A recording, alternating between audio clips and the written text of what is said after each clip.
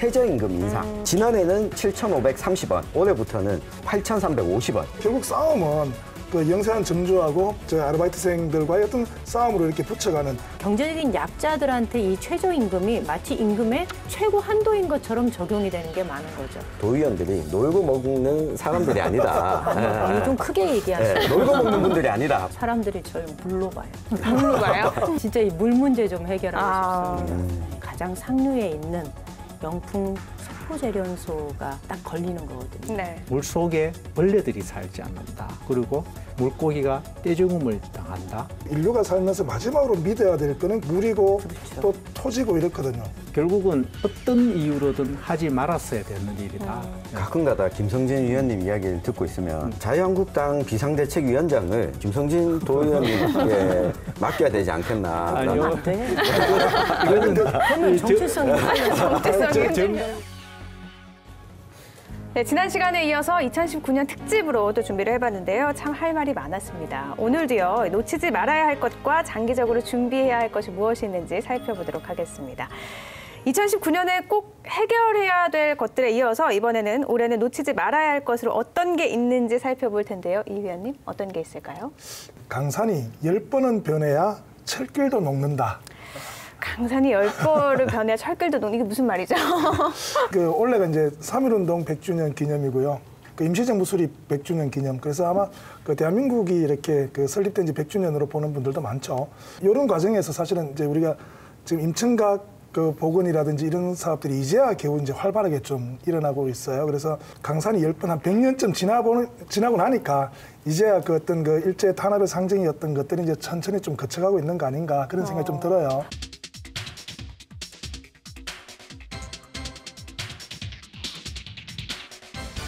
말씀하신 것처럼 3.1운동 100주년이 올해잖아요. 네네. 그런데 이 경북이 3.1운동보다 조금 늦게 운동을 해가지고 조금 소외되는 경향이 없지 않아 있지만 경북의 순국자들이 또 가장 많잖아요.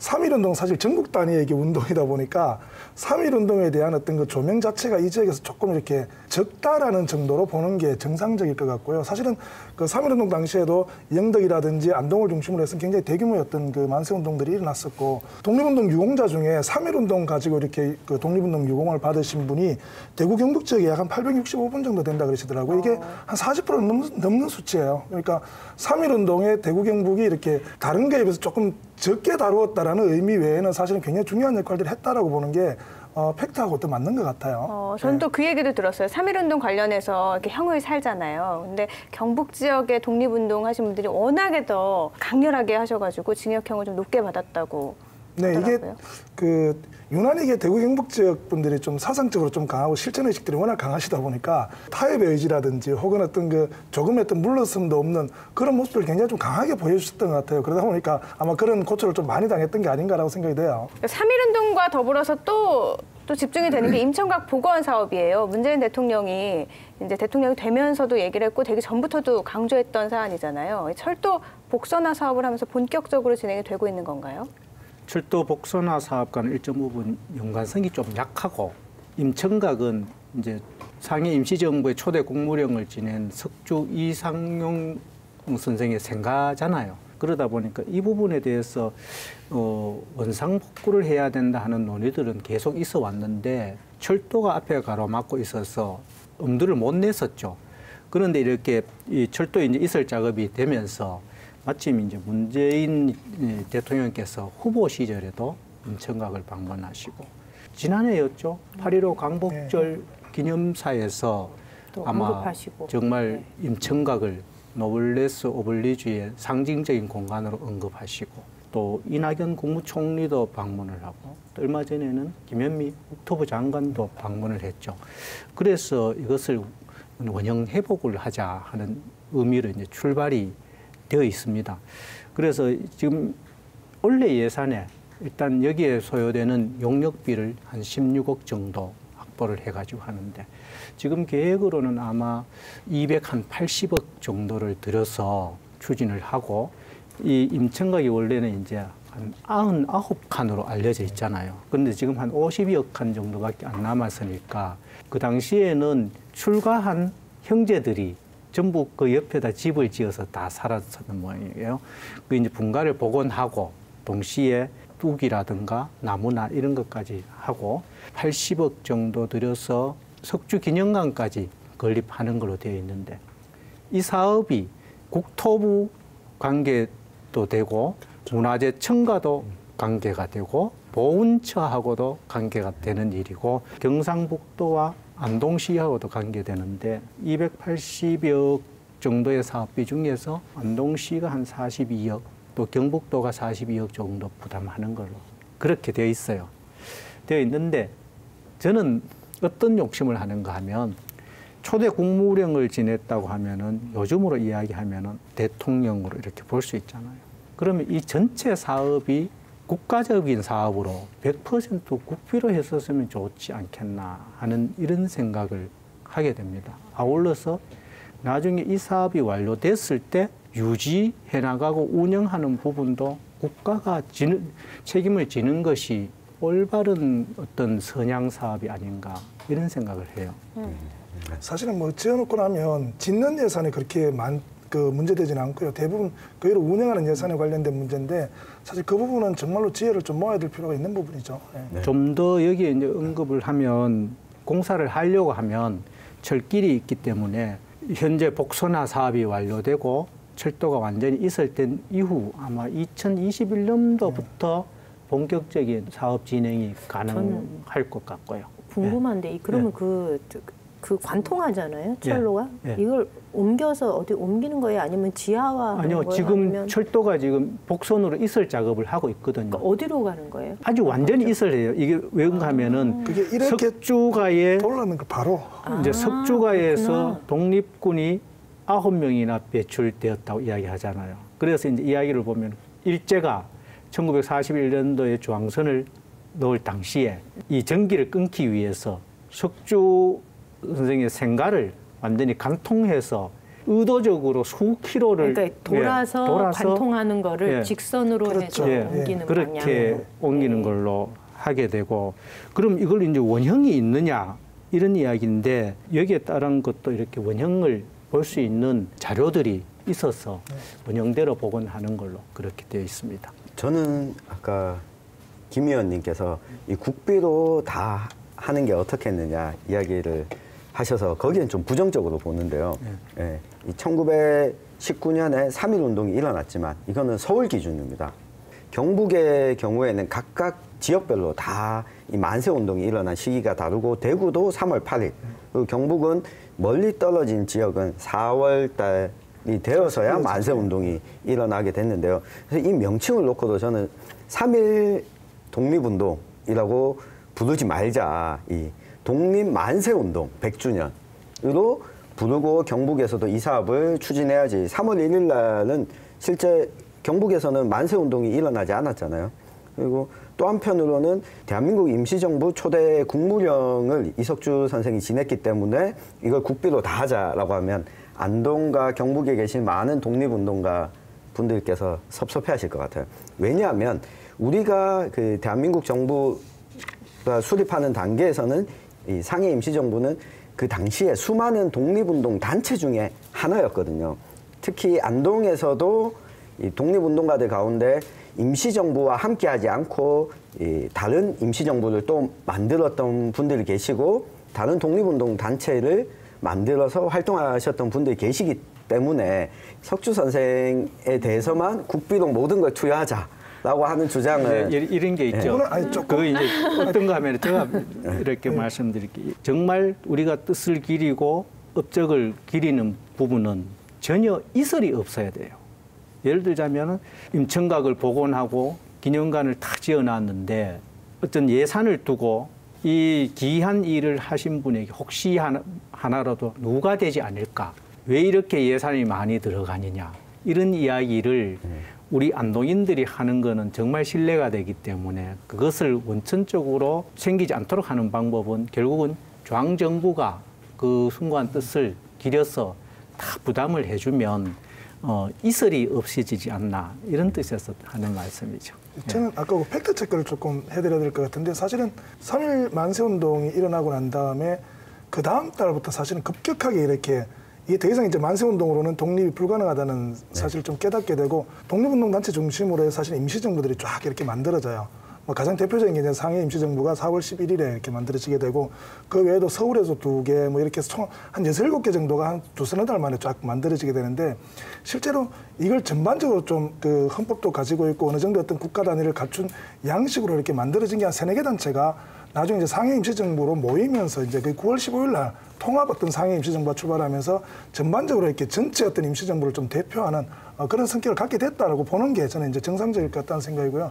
그리고 또 하나는 지금 이제 그 헌법에서 있고 있는 그 상해 임시정부에 대한 논의가 사실 어떤 나라의 정체성은 무엇을 계승하고 있는가 하는 것들을 굉장히 중요하게 이렇게 보게 되고요. 그리고 그 계승의 시점부터 사실은 역사를 이렇게 만들어 오는 게 우리가 가장 대표적인 게 사실은 그 단군 신화를 중심으로 해서 우리의 역사를 보통 5,000년까지 이렇게 끌어올리는 것처럼 우리가 적어도 이제 그 임시정부의 어떤 그 국통을 잇고 있는다라고 이렇게 그 헌법적으로 주장하고 있다면 이제 그때부터 우리가 이제 대한민국 100년으로 이렇게 봐주는 이런 노력들이 지금 굉장히 중요하다는 생각을 좀 하게 되죠. 그게. 네, 3.1 운동하면 또 독립운동이고 독립운동하면 임청각이고 임청각하면 석주 이상용 선생을 빼놓을 수 없잖아요. 그런데 아직도 많은 분들이 석주 이상용 선생님에 대해서 잘 모르고 계시는 분들도 있거든요. 조금 더 설명을 해주시죠.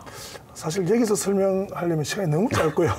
이게 그 사실 석주 선생님을 한마디로 제가 말씀을 드린다면 그분의 삶 자체가 독립운동이었다라고 좀 평가를 해도 될 것 같아요. 그 퇴계항맥의 정통에 서 계셨던 분으로서 제일 처음에 의병운동부터 시작을 하셔서 그다음에 애국개몽운동 길을 거치시고 그다음에 다양한 어떤 그 사상적 변이를 좀 거치면서 이후로 이제 일제강점 이후로 그 간도로 이렇게 그 이주하셔서 그 당시에 그 임청각의 재산 한 200억이 넘었다라는 얘기를 하시는 분들도 있어요. 뭐 정확한 건 아닙니다만은 그걸 다 팔아서 이렇게 그 독립운동의 어떤 자금으로 가져가셨었고 그리고 이후로 이제 그 초대 국무령을 지내고 그 이후에 어떤 그 후학들을 길러내는 이 과정까지가 한마디로 이렇게 독립운동의 어떤 그 전체 표상이 그 속에 다 들어가 있다.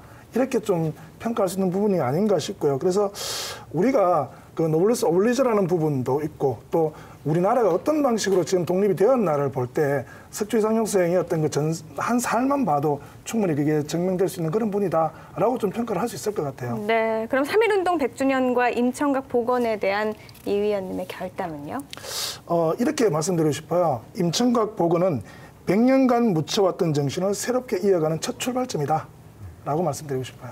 네, 그럼 다음으로 2019년에 놓치지 말아야 할 것, 이건 어떤 게 있을까요? 예, 문화 이슈 하나를 좀 짚어보고 싶은데요.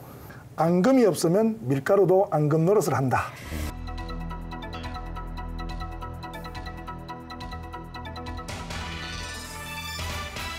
붕어빵이 생각나는 그런 말씀이었는데 무슨 뜻이죠?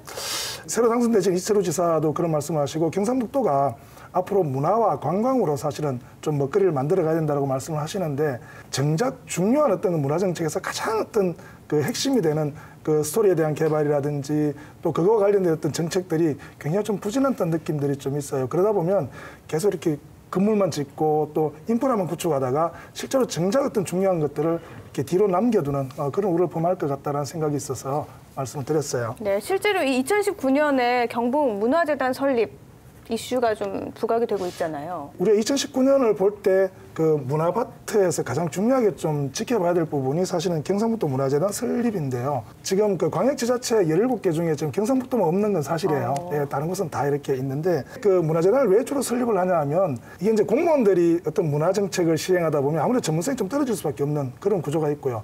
이분이 좀 알만하면은 계속 이렇게 그 인사이동이 좀 나다 보니까 정책의 일관성을 좀 유지하기가 힘들다라는 그 평가들이 좀 있었어요. 그리고 지역의 어떤 그 예술이라든가 이런 것들은 굉장히 좀 낙후되어 있는 것들은 어떤 방식으로든 좀 지원을 해서 정책적으로 좀 키워야 되고 그 문화 소유지를 가능한 좀 문화 향유지를 좀 바꿔내는 노력들을 하기 위해서 이렇게 설립하는 게 이제 문화재단인데 경상북도에서 굉장히 좀 필요하다는 논의가 이제 한 3, 4년 전부터 좀 논의가 시작되다가 작년에 이제 민선 새롭게 시작되면서 굉장히 좀 급물살을 지금 타고 있는 그런 상황이죠. 그래서 올해는 아마 설립이 될 걸로 지금 예측을 하고 있습니다. 저는 문화재단은 이철우 지사가 이야기하는 관광 경북에 이루기 위한 하나의 방법인데 그와 아울러서 동시에 지금 현재까지 있었던 경주 세계문화 엑스포 재단에 대한 어떤 반성과 또 발전적인 측면에서 고려되고 있다 이렇게 볼 수 있어요.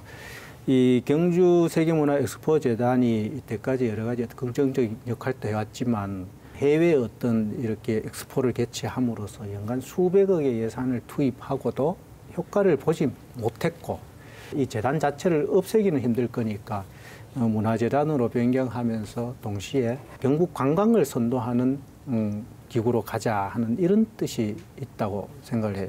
사실은 지금 김성진 의원님 말씀처럼 그렇게 되면 저도 굉장히 긍정적이고 괜찮은데 지금 방향은 약간 좀 이상해요. 네, 그렇죠. 지금 어떻게 되어 있냐면 몇 가지 논의 과정을 거쳐서 이제 처음에는 그 엑스포하고 경상북도 문화재연구원을 합칠까, 또 거기다가 이제 경상북도 문화콘텐츠진흥원도 들어갔다 나왔다, 뭐 이런 굉장히 복합적인 논의가 이루어지다가 요 근래 이제 정리되는 방식은 경상북도 문화재연구원의 정관을 고쳐서 경북 그 문화재단으로 만들어 갈 거라는 쪽으로 지금 방향은 거의 정해졌고 그 세부 논의들이 지금 이루어지고 있는 걸로 알고 있어요. 그러다 보니까 경상북도 문화재연구원은 지금 갑자기 난데없이 우리가 문화예술의 정책을 좀 시행해야 되는 그 기관이 되어 있는 상황이고, 또 향후에 이제 이 경상북도 문화재연구원의 어떤 그 본래 정체성은 또 어떻게 할 건가 하는 문제들은 지금 꽤 남아 있는 그런 편입니다. 네, 저도 지금 이게 우려가 좀 되는데요. 이 위원님께서 이야기해 주신 것처럼 문화재연구원을 이제 문화재단으로 뭔가 이름에 문화가 들어가 있으니까 이게 쉽게 바뀔 수 있을 거다라는. 제까지 같이 들어갔어요.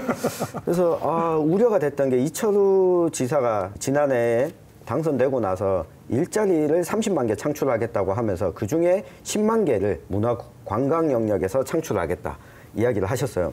이 엑스포재단과 경북관광공사도 또 있잖아요. 관광공사도 있고 문화재연구원과, 제가 보기에는 전문가들도 이거는 역할들이 아예 다르다라고 보는데 이걸 좀 서로 끼워 맞추는 식으로 문화재단으로 바꾼다. 이게 문화재단이 타 광역 지자체에서 하는 사업들을 보면 이게 문화재나 관광의 영역보다는 문화소외 지역, 이게 문화를 향유할 수 있도록 지원해주고, 그리고 예술 활동을 하는 예술가들이 새로운 창작품을 만들 수 있도록 지원하고, 이것들을 결과물을 가지고 공적인 영역에서 시민들과 함께 즐길 수 있도록 만드는 게 문화재단의 가장 큰 역할들이거든요. 근데 이게 지금 경북도에서 추진하고 있는 문화재단의 그 구상을 보면 이것과는 조금 다른 짬뽕된 형태로 구상을 하고 있는 것 같아서 좀 많이 우려가 됩니다. 그거는 아마 우리 도의회에서 논의 과정이나 거치게 되면은 저항에 부딪힐 거예요. 이걸 이제 우리가 상식선에서 이해되는 부분이 있고 상식선에서 이해되지 않는 부분이 있는데, 그거는 분명히 잘못 가는 거니까 여러 가지 또 다른 논의들로 이렇게 이어질 거라고 그렇게 생각을 이렇게 합니다. 여러 단체들이 합쳐져서 설립되는 것도 물론 중요하지만 가장 중요한 건 콘텐츠잖아요. 그렇죠. 이참에 그렇죠. 한번 여쭤볼게요. 경북의 콘텐츠 하면 생각나는 거 있으세요, 의원님들? 유교. 유교. 네, 유교는 정말 정신문화의 수도 많죠. 안동 얘기하시는데 세계 유산 이런 것도 있고, 우리 안동의 국제 탈춤 페스티벌 이것도 있죠. 독립운동 기념관. 저는 아주 대표적으로 꼽는 게 사실 엄마 까투리예요. 저도 그 생각했어요. 그렇죠. 엄마 까투리. 콘텐츠 생산에서 소비로 가는 굉장히 어떤 모범적 사례를 좀 보여주고 있다라는 점에서 굉장히 중요한데요.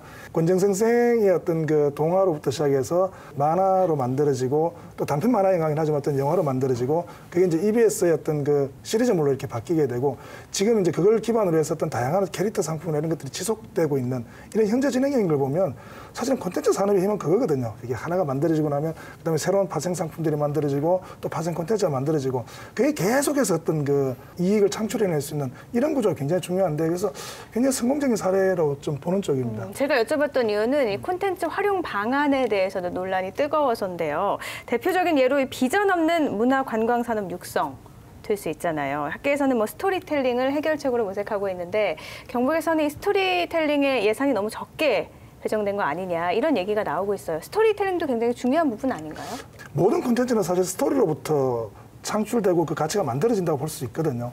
근데 되게 좀 아쉬운 게 의외로 이렇게 스토리를 육성하기 위한 어떤 그 정책적 배려는 거의 없는 걸로 지금 보여요. 이게 작년 2018년 그 문화관광부 예산 중에 콘텐츠 관련 예산이 대충 한 7,500억 정도 되는 걸로 제가 알고 있는데요. 정말로 이야기만을 어떤 그 스토리를 개발하기 위한 예산으로 들어가는 건 한 1%에서 2% 정도밖에 안 되는 것 같아요. 물론 이제 숨겨져 있는 예산까지 합쳐도 그렇게 보면 10%를 넘지는 않을 거다라고 보는 게 지금 전문가들의 의견이거든요. 그러면 콘텐츠에서 가장 중요한 영역을 가지고 있는 스토리에 대한 배려가 지금 10% 미만으로 떨어져 있다. 이거는 어쨌든 정책적으로는 굉장히 좀 문제가 있는 그런 부분들이죠. 이게 이제 어려운 일이기 때문에 그래요.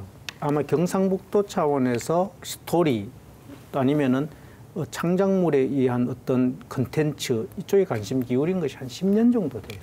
음악가투리 같은 경우는 중국, 베트남 같은 경우 TV에도 방영이 되고 미국, 독일 이렇게 해서 한 15개국의 24개 방송사와 지금 방영에 따르는 협약이 이제 진행 중인 그런 상황이고 판매 수익을 자체적으로 이야기를 한 50억 정도 되는 걸로 이야기를 하고 이 2017년도에는 대한민국 컨텐츠 대상까지 받았거든요. 제가 이렇게 음악가투리 그러면 제가 아주 자부심을 갖고 있어요. 2010년도 제가 안동 시의원을 할 때에 음악가투리 또 영화 제작, 실경 뮤지컬 이런 걸로 해서 20억의 예산을 요구를 했어요. 요구를 했는데 이것이 상임위원회 심의 과정에서 전액 삭감이 됐어요. 그때 제가 마침 예결위원으로 있었는데 이걸 20억을 전액 다 승인을 해줬어요. 해줄 때 지난번까지 이제 컨텐츠진흥원의 원장으로 계셨던 김준환 원장님 보고 제가 그런 말씀을 드렸어요. 20억 다 쓰십시오. 편하게 쓰십시오. 다 없애도 괜찮습니다. 대신 최선을 다해서 해주십시오. 그때 김준환 원장님이 분명히 한 가지는 하겠습니다. 이렇게 됐었어요. 그때 이렇게 이 만화로서 음악가투리를 제작을 했던 거예요. 네. 저는 그 예산 스토리에 왜 예산이 이렇게 적게 배정되는가 이야기를 좀 해야 될 것 같은데요. 실패할 기회를 안 주는 것 같아요. 네, 스토리는 한 100개 중에 스토리텔링을 해도 한두 개 정도가 성공을 하는 거죠. 이 권정생 선생이 쓴 동화가 수십 편이 되잖아요. 그중에 이 엄마가투리가 이렇게 발견돼서 지금 우리에게 널리 알려진 거지 모든 스토리가 성공하진 않거든요. 이게 실패할 기회를 좀 줘야 된다. 그리고 이런 측면에서 봤을 때 이 관에서 스토리의 예산을 배정하기는 정말 어렵다. 실패하면 욕먹고 이 의원님들로부터 비판을 받기 때문에 그래서 사례가 두 가지 있는데 청도에 자리 잡았던 코미디언 전유성 씨가 만들었던 이 개나 소나 극장이 결국 떠나기로 했잖아요. 스토리를 만들고 콘텐츠를 만드는 사람과 상의도 없이 이 관에서 업무를 진행해 버린 거죠. 더 이상 못하겠다라고 떠나게 됐고 그리고 반면에 이 대구의 그 근대 골목 건물로만 보면 별로 남아있는 유적이나 유물이 많지 않아요. 근데 이 스토리를 입힌 게 한 사람이 한 10여 년 동안 이 대구는 보부상의 도시다라는 자기 이 콘텐츠를 가지고 거기에다가 일제강점기에 이 대구의 근대 모습이 왜 이렇게 형성됐는지 입힌 거죠. 그걸 다 만들어 놓고 책도 내고 나서 그제서야 대구 중구청이 야 그러면 이게 돈이 되겠다 같이 해보자 그제서야 손을 대기 시작을 한 거거든요. 그러니까 관이 너무 많이 개입하려고 하면 새로운 창작물은 만들어지지 않고 엄숙함으로 흐를 수밖에 없게 된다고 저는 그렇게 보거든요. 그리고 사실 이런 문제도 좀 있어요. 이게 안동이 이제 스토리가 너무너무 무궁무진하게 넘쳐난다. 사실 이제 저희들도 그런 말을 굉장히 많이 해요. 국학진흥원에 가면 50만 점의 기록 자료가 있는데 그게 굉장히 많은 스토리가 숨어 있겠죠. 근데 본받을 만한 인물에 대한 어떤 미담 사례하고요. 그 관심과 흥미를 끄는 콘텐츠의 영역은 사실 좀 성격이 굉장히 많이 달라요.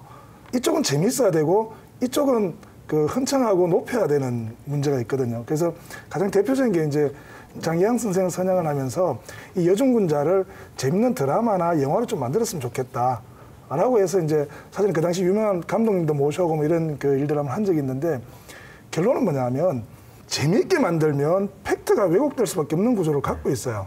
근데 영화 하시는 분들 몇백억씩 투자해서 사실은 인풋이 그만큼 들어가고 아웃풋을 빼야 되는데 안 재밌게 만들면 넣을 수가 없는 구조거든요. 근데 문중 입장에서 보면 아 우리 할머니 그렇게 안 사셨는데 라고 하면서 제가 하면 근데 이게 굉장히 큰 문제로 이렇게 늘 비화될 수 있는 가능성들이 있기 때문에 실제로 손대기가 굉장히 어려운 부분들이 좀 있어요. 그래서 이게 스토리에 대해서는 기본적으로 이게 마인드 자체가 이렇게 좀 풀려나오지 않으면 이게 만들어가기가 굉장히 어려운 구조가 지금 가지고 있는 것도 사실인 것 같아요. 네, 스토리텔링 할 때 망할 기회를 줘야 된다. 저는 이 말이 굉장히 인상적이었는데 그러면 이 위원님 경북 콘텐츠 산업에 대한 결단 들어볼까요? 문화유산의 가치 그리고 관광의 성공 이건 결국은 스토리가 결정한다라고 말씀드리고 싶어요. 네. 2019년에 놓치지 말아야 할 것 알아봤는데 이번에는 올해부터 장기적으로 준비해야 할 것 어떤 게 있는지 또 준비를 하셨죠, 김 의원님? 제발 좀 같이 삽시다. 같이. 누가 혼자 살았나요?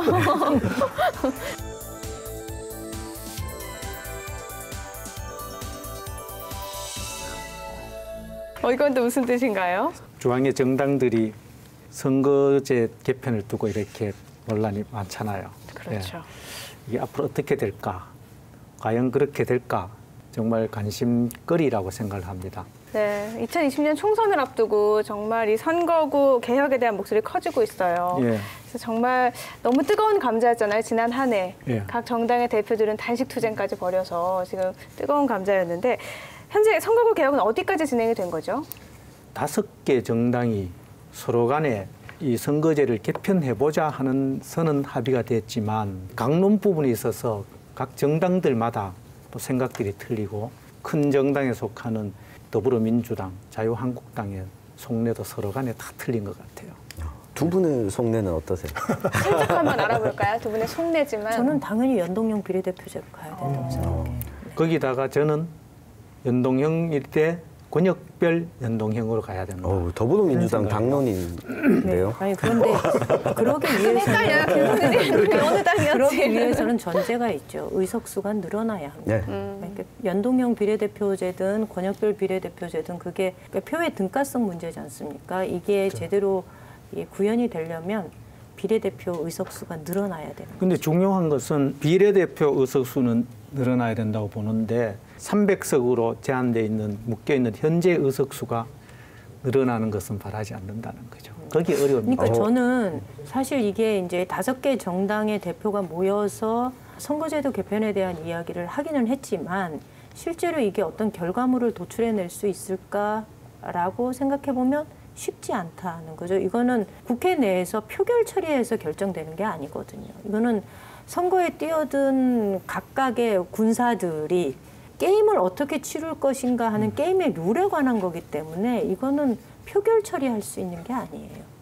네, 그게 사실은 그렇게 말씀하시면 거기에 대한 해결책은 결국 이제 국민들이 어떤 모아주는 방식들이 아마 돼야 될 건데 그게 뭐 형식은 어떤 방식이 될지 모르겠지만 정치하시는 분들 입장에서 보면 너무 이렇게 입에 익은 용어지만 저희들한테는 이게 하나도 안 와닿는 그 용어들로 이렇게 맞아요. 그러다 보면 어떤 문제가 발생하냐면 쟤들 계속 져갖고 싸우다가 지금 또 져갖고 또 싸우네. 그리고 그 한 의석 더 차지하려고 계속 싸우는 걸로밖에 안 보이는 뭔가 어떤 그 좀 큰 틀에서 합의를 국민들이 이루어내고 밀어줄 수 있는 그런 어떤 그 단계를 못 만들어내고 있는 것들은 아마 정치하시는 분들 스스로 좀 책임감을 느끼셔야 되는 부분들이 분명히 있는 것 같아요. 그러니까 이게 참 곤란해지는 게 의석수를 300석으로 고정시켜 놓은 상태에서 선거제도 개혁 논의가 되면 자연스럽게 우리는 지금 인구 중심으로 선거구가 획정이 되지 않습니까? 그러면 지금도 4개 의성 같은 경우에는 군위, 의성, 청송, 상주 4개 시군이 하나의 선거구로 합쳐져 있는데 이게 이렇게 되면 5개, 6개, 7개가 합쳐져야 돼요.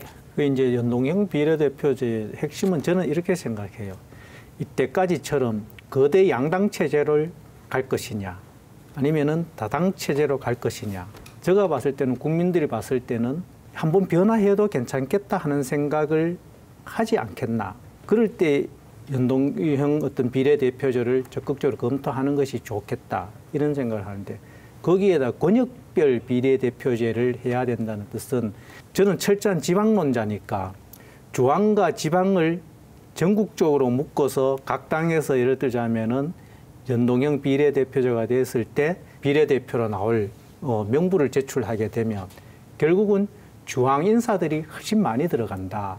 그렇게 되면은 어떤 수도권의 국회의원 비율과 지방의 국회의원 비율이 더 차이가 격차가 커지게 되면 지방에서 요구하는 어떤 일들은 이제는 정치적으로 의사결정이 되기는 어렵지 않느냐. 이런 불안감에서 권역별로 해야 된다. 이런 생각을 하는 거죠. 세 분의 이야기를 다 종합해보면 이 얘기는 시청자 여러분들께 꼭 드려야 할 것 같아요.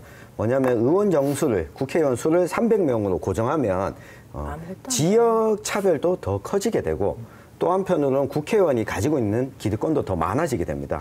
헌법재판소에서 이 표의 인구 등가성 문제 때문에 경북에 이런 기형적인 선거구도 나오게 된 건데요. 경북의 인구는 앞으로도 계속 줄어들 거고, 그럼 지역을 대표할 수 있는 의원 수는 300명이 고정인 상황이면 점점 더 줄어들 수밖에 없습니다. 이걸 한번 생각해 보셨으면 좋겠어요. 최근에 사법시험이 폐지가 되고 로스쿨 졸업생들의 변호사가 늘어나면서 법률 서비스 가격이 내려가기 시작했습니다. 변호사가 많이 늘어나니까 변호사가 가지고 있던 권위가 훨씬 더 줄어들게 되는 거죠. 그리고 의사가 적으면 의사가 벌어들이는 돈도 많고 권위가 점점 더 커지죠. 근데 의사 수가 많아지게 되면 동네에서 의사들을 쉽게 볼 수 있게 됩니다. 국회의원 수가 늘어난다고 해서 이게 국회의원들이 자기 기득권을 가지려고 저러는 것 아니냐 이렇게 보지 마시고, 국회의원들이 비서관과 보좌관들까지 합쳐서 10명을 쓰잖아요. 인턴까지 합치면. 이 10명을 들어가는 돈을 세비는 고정해놓고 국회의원을 저는 550명까지 늘려서 국민들의 세금은 그대로 나가지만 이 비율을 내가 국회의원의 의사표시할 수 있는 비율을 늘려서 우리 지역 대표성을 좀 더 확보해야 된다. 천 의원님이 한편에 굉장히 순진한 말씀을 하시는 것 같아요. 첫째, 제 발등 지가 찍는다 이 말이 있어요. 그럼 이때까지 국회의원들이 국민의 신뢰에 걸맞게 활동을 못 해온 거죠. 예. 그래서 숫자를 늘리고 하면은 국민들이 허용을 안 하죠. 예. 거기다가 이런 이야기 나왔었어요. 보좌관 1명 줄이면 뭐 국회의원 몇 명 더 증원시켜도 안 되겠느냐. 국민들 어떻게 생각하느냐. 잠시 한 1년 정도 줄였다가 다시 돌아가는 거예요. 예. 근데 저는 믿지 않는다는 거죠. 이 이야기는 꼭 해야 될 것 같아요. 지금 국회의원 300명 중에 농민 국회의원이 누가 있습니까?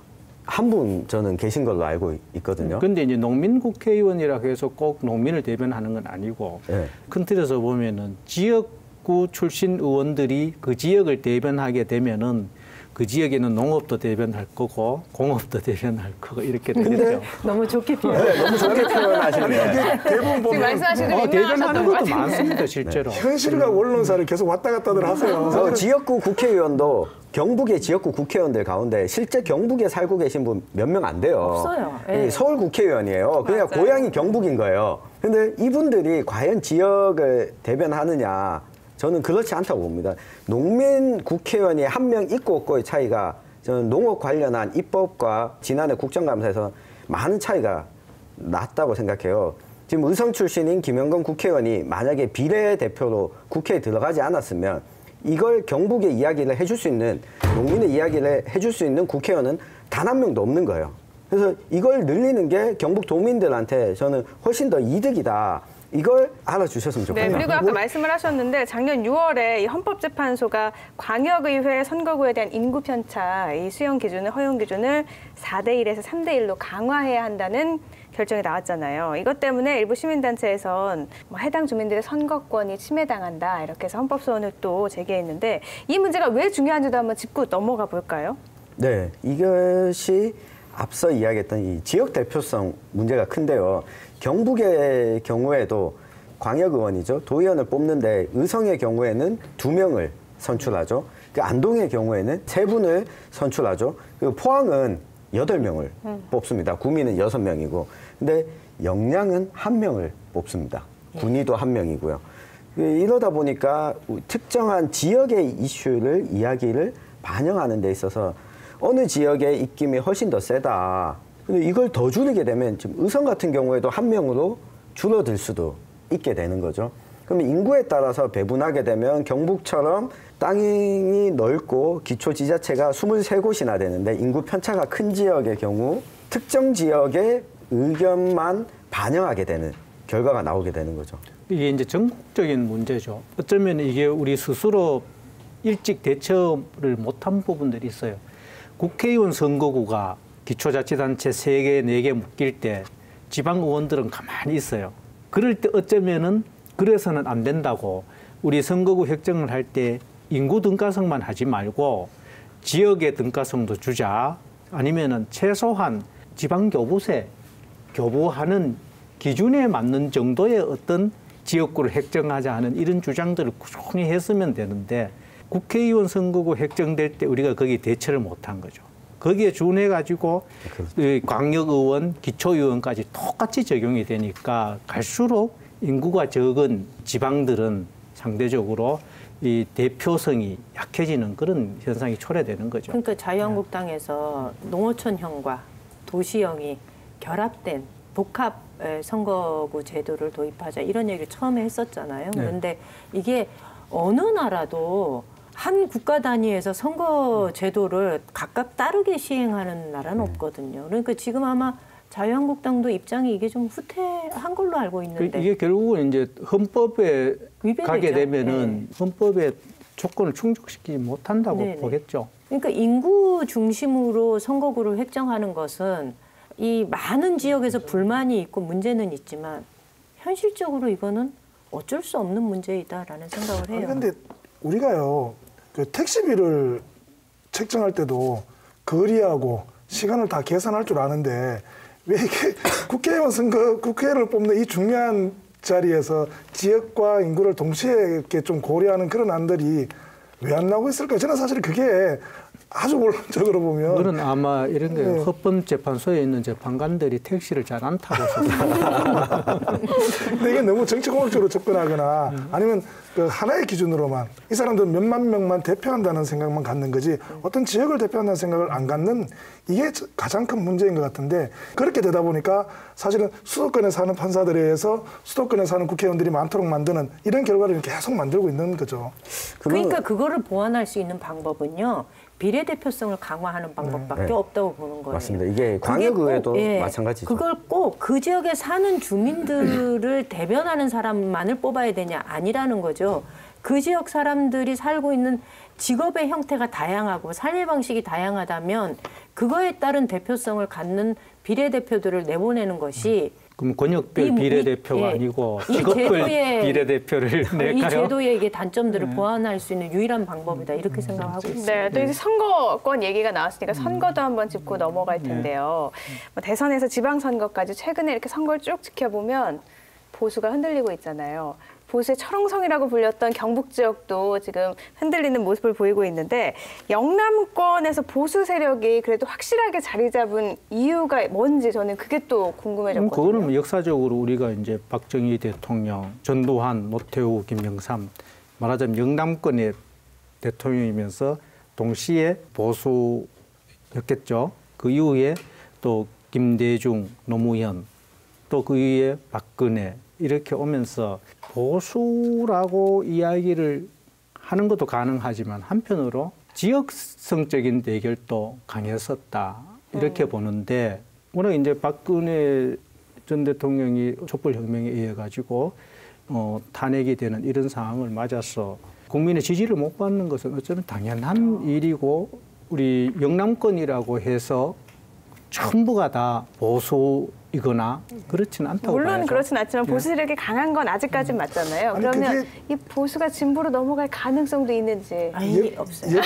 역사적으로 보면 그 김 의원님 역사는 주로 이제 그 박정희 대통령, 고박정희 대통령부터 이렇게 찍어왔지만 이게 영남이 굉장히 진보 지역이었고요. 철저한 야당의 땅이었죠. 이게 조선 시대까지 이렇게 올라가 버리면요. 이게 사림이 만들어지고 중앙정기 한번 올라갔다가 그다음에 숙종 때 이후로는 아예 그 경상도의 출신들이 그 경상도 이름을 달고 중앙정계에 진출이 불가능한 시절을 한 300년 정도로 살았죠. 그래서 어른들이 그런 말씀하시는 분들이 계세요. 이게 고 박정희 전 대통령이 대통령이 되었을 때 300년 만에 드디어 영남이 중앙을 잡았다라는 얘기를 하시는 분들이 계셨어요. 그만큼 사실은 이 지역은 야당성이 굉장히 강했고 그만큼 또 뭐냐면 그 퇴계학이라는 어떤 그 실천 정신이 가지고 오는 그 성향 자체가 대단히 좀 진보적인 실천을 강조하고 또 올바름을 강조하는 이 자체가 굉장히 어떤 강력한 어떤 이념과 진보성을 좀 띠고 있는 그런 성향들이 있었거든요, 보면. 저는 이 경북 북부 지역의 인구 구성의 형태상 보수적인 성향이 진보 성향으로 바뀌는 데는 좀 다소 어려움이 있을 것이다라고 생각을 하고요. 그리고 그 대신 2018년 지방선거에서 많은 경북 도민들이 보여줬던 조금의 가능성, 그로 인해서 민주당 후보들이 많이 의회에 진출할 수 있었던 계기는 민주당 후보의 입장에서는 정말 얼어붙은 동토는 아니구나. 이거는 어쩌면 우리가 준비하고 주민들을 설득하는 과정에서 충분히 그 문을 더 열어제칠 수 있는 하나의 가능성이구나라는 것을 깨닫는 한 해였기 때문에 그 임미원 입장에서 좋은 보면은 그런 설명이 가능할 수도 있지만 이것은 어쩌면은 잘못했다 하는 부분에 대한 우리 국민들의 반응이었다 이렇게 본다고 봐요. 네, 그럼요. 김 의원님 선거에 대한 결담 이제 한번 들어볼까요? 정치가와 국민들의 마음이 모아지는 접점이 어느 곳에 있을 것이다 이런 생각을 합니다. 접점은 어딘가에 있을 것이다. 네, 김 의원님 선거에 대한 결담까지 들어봤는데요. 2019년에 그럼 장기적으로 준비해야 할 것 어떤 거 꼽으셨죠? 인구 10만 글쎄요. 인구 10만 글쎄요. 많이 들어봤던 얘기인데. 도청 신도시 얘기인 것 같아요.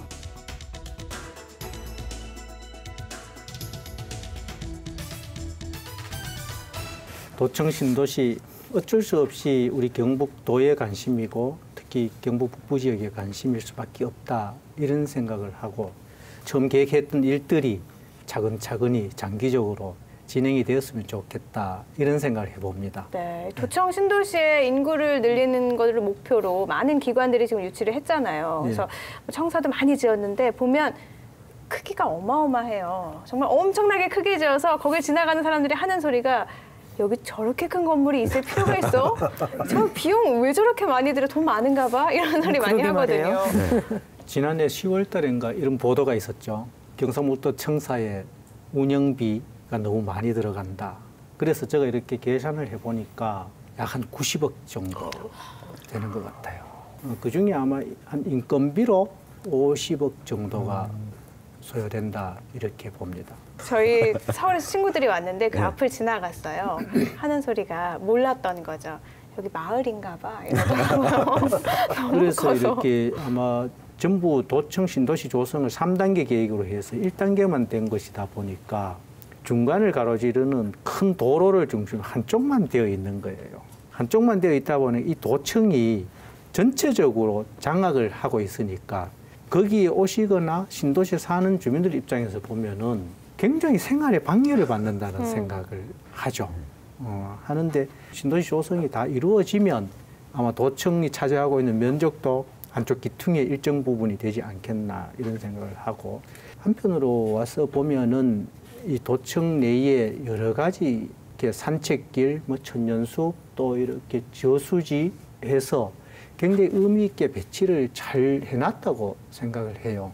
사실 그 도청과 도의회 건물을 보면 특히 의회 같은 경우에는 어느 정도 시간이 지나면 그 출입 카드가 없으면 출입도 할 수가 없어요. 의회와 도청을 연결하는 부분도 마찬가지고 그러다 보니까 경북 도민들이 한번 둘러보고는 가지만 거기에서 즐길 만한 것들, 같이 할 만한 것들이 없다 보니까 외부에서 보기에는 특히 경북 밖에서는 야 역시 경북은 저 봐라 자기네들끼리 이렇게 큰 건물 지어놓고 보수적인 동네를 상징하고 있다. 마치 보수가 부정적인 것처럼 그렇게 인식하도록 만드는 걸 바꾸기 위해서라도 시민들이 함께 즐길 수 있는 공간 그리고 아이들이 또 뛰어놀 수 있는 공간 이런 공간을 만들어야지만 이 도청과 도의회 건물이 웅장함과 더불어서 도민들이 진짜 자부심을 느낄 수 있을 것 같아요. 현재의 여건이라는 게 있어요. 그 지역이 아직까지 제대로 도시가 형성이 이렇게 안 돼 있으니까 제가 봤을 때 도시가 어느 정도 완성 단계에 들어가거나 주민이 많게 되면은 결국은 도청의 문을 활짝 열지 않으면 안 된다고 봐요. 그거는 자연스럽게 이루어질 것이다. 이철우 신임지사가 제2청사 건립을 또 이야기를 꺼냈어요. 이래서 또 논란이 많은데 제2청사 건립 득일까요? 실일까요?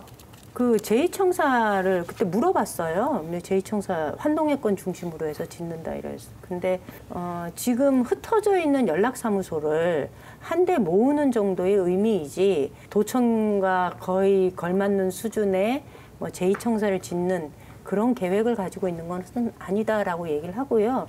저도 그렇게 진행될 거라고는 생각하지 않아요. 왜냐하면 지금 이 신도시가 아직이 제대로 자리 잡고 있는 상황이 아니거든요. 그런데 거기에 또다시 비용을 들여서 제2청사를 짓고 뭔가를 준비한다는 거는 도민들 입장에서 보면 받아들이기가 좀 어려운 거죠. 지난해 2월 21일 날 한동회 본부가 그죠? 문을 열었어요. 거기에 이제 그 당시에 보면 포항시에서 운영하고 있는 포항 테크노파크에 경북 테크노파크. 포항 테크노파크. 있어요. 포항 테크노파크에 무상 임대로 들어간 거예요. 그리고 이제 개청식을 하는 날 그 당시에 도지사 후보들이 다 참석을 했어요. 참석해서 앞에 쭉 세워놔 놓고 앞으로에 대해서 계획을 이야기해봐라 이래 되니까 도지사 후보들이 표가 일단 다시 오니까 갖가지 공약들을 다 했어요. 그 이철우 지사도 제2청사 공약을 했죠. 근데 해놓고 보니까 법적으로 제2청사가 허용되지 않아요. 그래서 이제 이 한동의 이 지역 본부에다가 동해안 전략산업국, 네. 해양수산국, 또 한동의 종합민원실 이렇게 해가지고 사무실을 가지고 있고 이제 새로 지어요.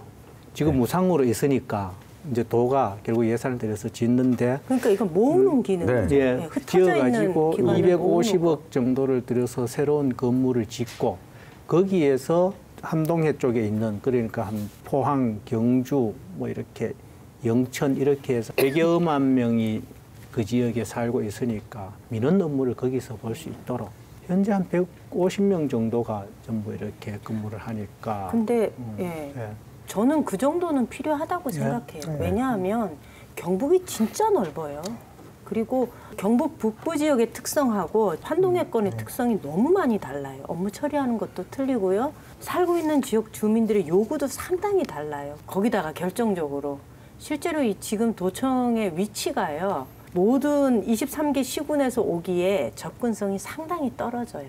그렇기 때문에 주민들의 편의를 위해서 연락사무소 수준의 업무 공간은 필요하다. 그거는 우리가 배려를 해줘야 된다라고 생각을 해요. 그 뭐 해양수산업물을 보는 게 굳이 여기 있을 필요가 있는 건 아니니까요. 아마 그런 것 정도를 조금 이렇게 가져와서 조금 합리적으로 이렇게 조정된다면 뭐 그거는 너무 당연한 어떤 그 정책적 판단들이 아닐까 싶어요. 지금은 이미 지난해 2월 20일자로 개청이 돼 있기 때문에 이것을 다시 어떻게 없애거나 하는 거는 당분간은 굉장히 어려운 숙제고 또 그 지역에 사는 주민들의 입장도 일정 부분 이해가 된다 이런 입장이죠. 네, 그리고 지금 이 포항 테크노파크가 있는 곳에 저도 가봤는데 위치가 포항 시민들이 접근하기 상당히 어려운 곳에 있어요. 예, 그걸 이제 포항 도심으로 한 건물에 출자 출연 기간도 일부 있잖아요. 그 기간들까지 함께 들어가는 이 건물을 짓는다는 거지. 거기에 제2청사를 짓는다는 건 아니기 때문에 맞습니다. 그 부분은 경북 북부 지역의 주민들이 크게 걱정 안 하셔도 될 것 같습니다. 천 의원님이 이해를 하면 됩니다. 다들 손을 꽉 잡으셨어요. 두 분이 동의하시면 다 될 것 같은데. 아니, 천 의원님이 이해하면 도민의 입장에서 된 거야. 도청 신도시와 관련해서 해결해야 될 문제들이 이것 말고도 참 많은 것 같아요. 뭐 비싼 임대료도 있고요. 신도시 명칭도 그렇고요. 또 여기에 또 뭐가 있죠? 환경에너지 타운까지도 있잖아요. 장기적으로 세워야 될 계획들이 너무나도 많은데 하나하나 한번 짚어볼까요? 방금 말씀하신 것들 중에서 환경에너지타운 현재 공정률이 80%를 넘었어요. 되돌릴 수 없을 것이다. 그런 판단이고 그것은 나중에 운영의 묘를 살리고 정말 철저하게 오염원이 배출되지 않도록 하는 것이 중요하지 않겠나. 또 이런 생각을 하고 여러 가지 여건들이 부족한데 실질적으로 도시에서 어떤 편익이나 스포츠 이런 시설들은 2, 3단계 사업 부지 내에 다 이렇게 들어가 있어요. 그런데 현실적으로 이제 이미 주민들이 한 2만 명 가까이 있다 보니까 그런 욕구들이 계속 분출되잖아요. 그래서 임시로 이제 스포츠 시설들도 만드는데 원래 사업 중에 어떤 게 있는가 하면은 배드민턴장을 만들어요. 그냥 노천 배드민턴장이에요. 그래서 제가 이런 이야기를 했죠. 지금 전부 배드민턴은 실내로 다 들어가 있는데 이걸 지금 사업을 해가지고 괜히 도가 뚱뚱한 짓 한다고 원성 안 됐겠느냐. 그래 이렇게 이야기를 하니까 그렇지만 현실적으로 이거라도 할 수밖에 없는 입장을 이해를 해 주십시오. 이런 이야기를 하고 있어요. 예. 네, 환경에너지타운의 경우에는 아까 김 의원님이 말씀해 주신 것처럼 80% 이상 공정이 진행이 됐고 그리고 주민들이 이 공사중지 가처분 신청을 냈는데 소송에서 1심, 2심에 다 지금 진 상태거든요. 내용을 따져보면 신도시 계획 단계에서부터 이 환경에너지타운이 계획에 포함됐기 때문에 이걸 주민들이 뒤에 들어와서 몰랐다고 해서 공사를 중단해야 되는 것은 아니다. 검토는 법률적으로는 문제가 없다. 근데 주민들이 우려하는 부분에 대해서는 운영의 묘를 발휘해서 앞으로 어떻게 감시하고 감독해야 될지 이 부분이 남아있고, 시설에 대해서는 편의시설은 우리가 지난번에도 이 자리에서 한번 다룬 적이 있지만, 신도시가 조성되면 이 안에서 모든 걸 해결해야 한다라고 생각하는 부분들이 좀 있는 것 같아요. 2단계, 3단계가 지금 아직 진행이 안 됐고, 2단계 사업에 대해서도 이 전면 재검토를 하겠다. 그렇다면 이제 다른 신도시 이외에 바깥에 있던 안동 구도심과 그리고 예천 이 주변의 도시들과 어떻게 협력해서 함께 편의시설들을 맞춰 나갈까, 이런 측면에서 주민들도 좀 받아들이시고 행정에서도 고민을 해주시는 게 상생하는 길이 아닐까 싶습니다. 그러니까 지금 2단계 사업에서는 원래대로라면 스포츠 컴플렉스가 들어가기로 되어 있고, 뭐 병원도 들어가야 되고 뭐 이런데, 병원도 2018년도에 시도를 했다가요, 계약이 안 된 상태예요. 그래서 언제 이게 들어갈지도 아직 장담 못하고, 지금 현재 거기 병원은 한 군데가 개설되어 있는 걸로 되어 있거든요. 그래서 지금은 여전히... 그새 또 많이 또 들어갔대요. 아, 그래요? 네. 전부 한 5곳 정도 있고, 개원하거나 이렇게 합치면은 10곳 이상의 이제 가정의학과, 소아과, 치과 해서 쭉 들어오는 계획들을 지금 있답니다. 제가 볼 때는요, 이게 도시를 계획해서 만드는 가장 근래의 도시잖아요. 멋지게 만들 수 있거든요. 네. 근데 그게 고민이 빠져버리면 사실은 있는 대로 뒤죽박죽 될 수밖에 없는 거니까 올해가 정말 중요할 것 같다는 생각은 좀 들어요. 사람들이요, 왜 안 들어가냐고 물어봤더니요, 딱 한 가지만 해결되면 된대요. 10년 뒤에 여기 땅값이 10배로 뛸 것이다 라는 확신만 있으면, 그리고 그 확신을 기관이 주면 다 들어간다는 거예요. 근데 제가 볼 때는 도청 신도시는 당연한 것 같아요. 정말 도청 신도시는 경상북도 내에서 가장 지속 가능한 도시가 될 것이다. 그거는 명확하다고 봐요. 왜 그런가 하면은 40대 이하가 80%가 넘습니다. 이런 도시 대한민국에 어디에도 없죠. 근데 지속 가능성에 대해서 제가 의문을 제기하는 건 아니지만, 아까 결담하신 것처럼 인구 10만? 그거는 그렇게 쉽지는 않을 수 있다. 그렇지만 그렇죠. 자족 도시로서의 기능을 갖추는 데는 일정 가능하겠구나, 이런 거죠. 어쩌면은 10만이 되지 않는 것이 더 좋은 일일 수도 있는 거죠. 네, 그럼 도청과 신도시에 대한 김 의원님의 결담 들어보죠. 크게 소통하고 함께하면 불가능할 것이 없다. 여전히 긍정적이에요. 새해니까요. 아니, 결단은 조금 부정적이셨는데 마지막 결론은 굉장히 긍정적으로. 네, 지금까지 2019년을 맞이하면서 우리가 준비하고 해결해야 할 문제들에 대해서 이야기를 나눠봤는데요. 오늘 쭉 이야기 나눠보신 소감 한번 들어볼까요? 임 의원님 어떠셨어요? 19년도가 적응이 안 돼서 오늘 이 방송이 끝나고 나면 2019년도를 본격적으로 계획을 한번 세워보겠습니다. 새해에는 일단 한 달 정도는 좀 이렇게 즐겁게 한 해를 좀 시작해야 될 것 같기는 해요. 근데 막상 비상대책위원회 하고 나니까 왜 이렇게 자꾸 고민만 드는지 모르겠어요. 그 새해 한 달간은 그냥 고민 없이 즐기신다는 게 마음껏 술 드신다는 의미는 아니죠? 포함이 되겠죠. 역시 그렇군요. 네. 김 의원님은요? 모든 것들이 잘 해결될 것이다. 나머지 문제들도 여러 가지 걱정하는 분들이 많기 때문에 뜻하는 대로 잘 될 것이다. 이렇게 희망적으로 시작하고 싶습니다. 아주 좋네요. 네. 희망적으로. 네. 저는 그 오늘 이야기를 나누면서 올해도 할 일이 많겠구나. 걱정거리가 많아야지 일이 많기 때문에. 기자들은요. 네, 그렇습니다. 그래서 2019년에도 항상 여기 계신 두 분도 감시하고 여기 이 박사님도 감시하는 이 2019년이 되도록 하겠습니다. 저는 감시 안 하실 거죠? 예, 위원장님은 감시 대상이 아닙니다. 고맙습니다. 저도 오늘 사생결담을 하고 나서 새해 계획을 좀 더 세워봐야겠다라고 생각을 했는데요. 새해가 되면 모두가 행복을 꿈꿉니다. 근데 연말이 되면 그 꿈이 어디 갔지 모두 다 찾게 되죠. 올해 시작은요. 이렇게 시간과 환경 탓을 하면서 시간을 그냥 보낼 게 아니라 주변을 한번 돌아보고 장기적인 계획을 세워보시는 건 어떨까요? 저희 사생결담도 사회가 조금 더 좋은 선택을 할 수 있도록 함께하겠습니다. 우리 사회에 생생하게 살아있는 결이 다른 이야기 사생결담 다음 이 시간에 다시 찾아뵙겠습니다. 시청해주신 여러분 고맙습니다.